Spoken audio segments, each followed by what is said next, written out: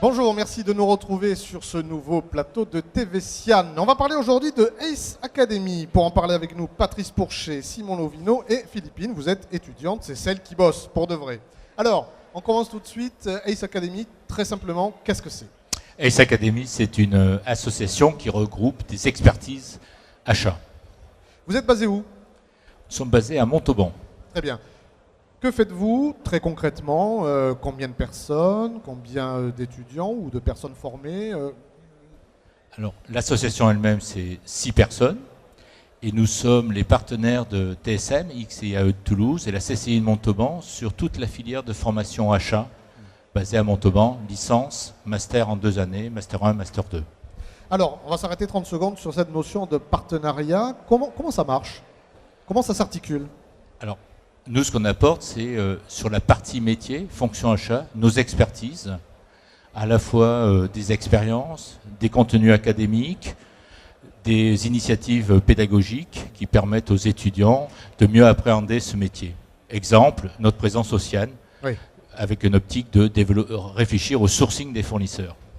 Les autres partenaires, vous disiez la CCI, qu'y a-t-il d'autres? CCI de Montauban, Oui. et puis TSM XIAE de Toulouse, qui permet d'offrir le Master 2, le diplôme, à ses étudiants. Alors, Simon Lovino, maintenant on va rentrer un peu dans la mécanique. Je suis jeune étudiant, et on prendra l'exemple de Philippine. Comment ça se passe? Je viens vous voir, vous venez me chercher. Comment ça s'articule finalement? Comment vous vous êtes rencontrés?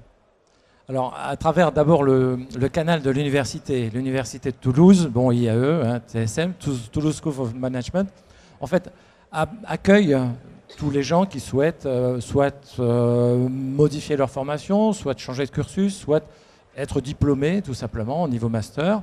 Et les étudiants donc, choisissent le canal universitaire pour monter en compétences et monter en formation.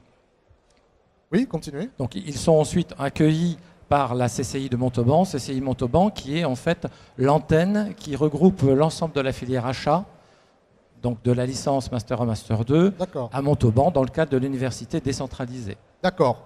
Alors, on va revenir après sur des questions très importantes comme la digitalisation. Pour illustrer ce que vous venez de nous expliquer, on va voir le cas de Philippine. Votre parcours qui vous a amené jusqu'à Montauban, quel est-il?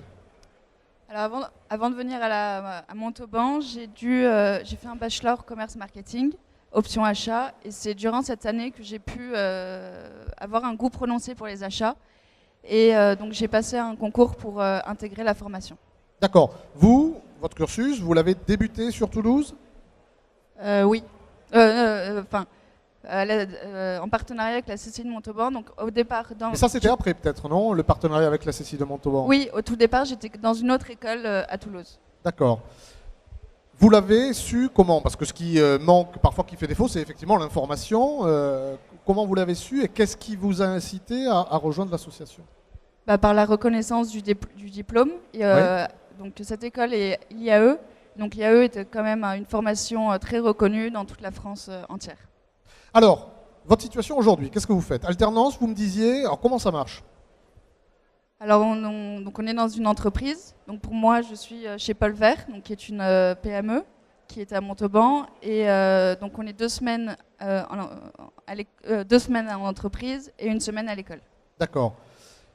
La semaine en entreprise, c'est la mise en application directe de ce que vous avez appris et l'école, ça sert à se perfectionner, s'améliorer ou vraiment c'est un complément? Exactement, comment ça s'articule tout ça? L'école, c'est vraiment un complément de toutes nos connaissances qu'on apprend dans l'entreprise et vice-versa. Enfin, vraiment, les deux sont un complément.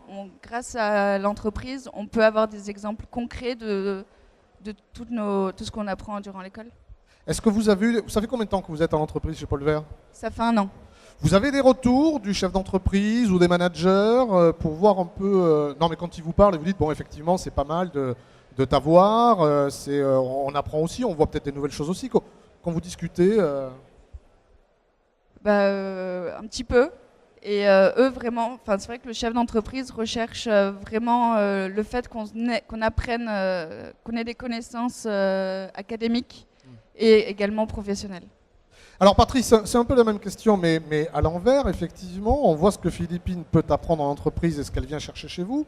Vous, justement, le fait d'avoir ces étudiants qui sont en entreprise et qui reviennent, c'est quoi la plus-value, c'est quoi l'intérêt La première plus-value, c'est de tester. Alors, il y en a au moins 3. La première, c'est de tester les contenus pédagogiques que l'on peut apporter. Donc là, ça peut être fait en temps réel, quoi, quasiment, quoi. C'est tout ça. Est-ce que c'est toujours bien ancré dans la réalité? Oui. Et ce que nous apportons, est-ce que ça peut leur permettre d'aller plus loin encore? Ça, c'est un premier point. Deuxième point, c'est de répondre aussi aux évolutions qu'ils perçoivent dans l'entreprise. Oui. Et nécessairement, naturellement, ça génère des questions chez eux. C'est pourquoi vous nous dites ça, alors que dans l'entreprise, c'est comme cela. Donc ça nous permet comme ça de les amener à avoir un peu de recul sur ce qu'ils font et puis de regarder un peu plus loin. Et troisième point, c'est nous qui leur faisons passer aussi notre manière de voir ce métier. Oui. Les achats responsables, une démarche très éthique, par les TCO, coût global d'acquisition plutôt que le prix, développer de nouveaux types de relations avec les fournisseurs. Donc on essaie de travailler sur des choses différentes. Alors, Simon, ce que vient de dire Patrice, c'est important puisque les valeurs sont au centre de Ace Academy et dans cette notion effectivement d'acheteur, c'est pas la première chose qui vient à l'esprit, les valeurs, et pourtant c'est quelque chose que vous essayez d'inculquer, quoi. Oui, tout à fait. Disons que l'ensemble de la filière, on veut lui donner je dirais une culture importante liée à la déontologie, liée aux achats responsables. Et notamment, c'est comment défendre les achats locaux face aux groupes internationaux. Oui. Et on sait bien que la difficulté, c'est on court vers le prix. Et donc, pour éviter la course vers le prix, donc on essaye d'éduquer et de donner et de convaincre nos étudiants que le sourcing, il peut être aussi local et on peut avoir une super entreprise à côté de chez soi au lieu d'aller chercher en Europe, voire en Chine. Et donc, importer du chômage, finalement, c'est ça le problème. Ouais. Donc, faisons pas les choses les plus simples. Essayons également de regarder autour de nous l'écosystème fournisseur. Et cet écosystème fournisseur, c'est une des orientations de l'achat digital qu'on veut donner. Alors, ça, on va en parler. Mais cette notion de démarche vertueuse, Philippine, en entreprise, est-ce que c'est quelque chose qu'on arrive à faire passer ou on vous dit, bon, écoute, c'est bien gentil tout ça, mais va chercher le moins cher, nous casse pas les pieds Un petit peu, pour être honnête. Faut lutter, je veux dire, quand vous êtes une génération, effectivement, qui est beaucoup plus à l'écoute de ce genre de valeurs. Je critique pas les anciens, mais c'est vrai que vous êtes beaucoup plus à l'écoute. Est-ce que c'est, je vais quand même essayer de faire passer ces valeurs, vous essayez et... On essaye, surtout moi qui suis dans une entreprise qui vend des outils pour le jardin. Oui. Donc on essaye beaucoup plus que peut-être d'autres entreprises. Vous sentez la chaîne de commandement au-dessus un peu à l'écoute en se disant finalement ils n'ont pas tort ces petits jeunes, faut peut-être qu'on fasse attention. Oui. Ouais. Donc il y a de l'espoir, c'est super, quoi. C'est ça. Alors, autre sujet important, Simon, c'est la digitalisation. Alors très concrètement, qu'est-ce que c'est, à quoi ça sert, comment ça marche? Alors bon, un exemple simple. Aujourd'hui, pour chercher un fournisseur, on travaille les catalogues, on va sur les salons. Demain, on développe sur LinkedIn, on développe sur Viadeo. Oui. Donc on met simplement notre dépôt, notre besoin, et en fait les fournisseurs reviennent directement vous voir. En fait, on va pousser l'information dans l'autre sens. Donc Patrice a développé un concept qui s'appelle le Buybot, qui développe toute une technique, un écosystème autour du sourcing fournisseur, et que l'on va développer avec l'aide des étudiants cette année dans le cadre de leur travail académique et qui sera présenté à la conférence du 26 avril. Alors vous allez nous en parler, Patrice, du Buybot. J'espère pour vous que ça marche mieux que certains chatbots, à moins que ça soit top secret. Non, c'est pas top secret. C'est le fruit d'un peu d'une synthèse de ce que nous voyons et ce qu'on attend. Et on sait bien que dans cette fonction aujourd'hui, l'acheteur à la fois produit beaucoup de données et consomme beaucoup de données. Mais on lui demande, dans un écosystème plus complexe, on lui demande de prendre des décisions, d'agir, de trouver de nouveaux fournisseurs, de mieux négocier, de construire une stratégie achat, enfin toutes sortes de choses. Mais pour cela, dans les entreprises, que ce soit petites ou grandes, il y a toujours un problème de ressources humaines. Oui. Et les équipes achats sont souvent sous-staffées, comme on dit. Oui. Et donc, ils ont besoin d'aide artificielle, entre guillemets, qui leur permettra de combler ce vide et peut-être mieux travailler par ce biais-là. C'est pas se substituer aux acheteurs, pas du tout, parce que de toute façon, il y a un manque criant d'acheteurs dans les organisations. Pourquoi? C'est curieux, ça. Oh, pour plusieurs raisons.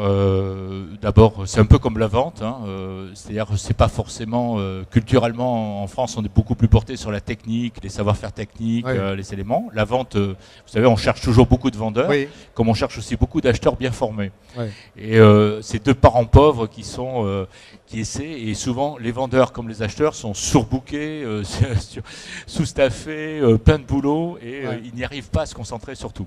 Voilà, donc il y a un gros effort. C'est aussi, par exemple, juste pour attirer le plus de jeunes dans ces métiers-là, Oui. c'est pas si évident que ça.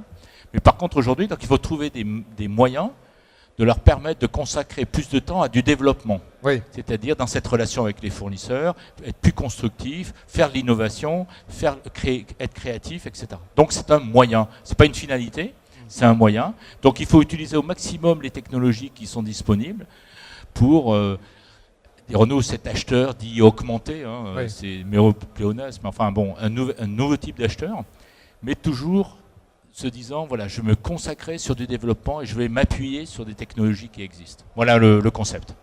Alors, des nouveaux outils, des débouchés apparemment, donc foncez quoi. C'est ça? Foncez, vous dites à vos petits camarades. Très bien, merci beaucoup. Merci.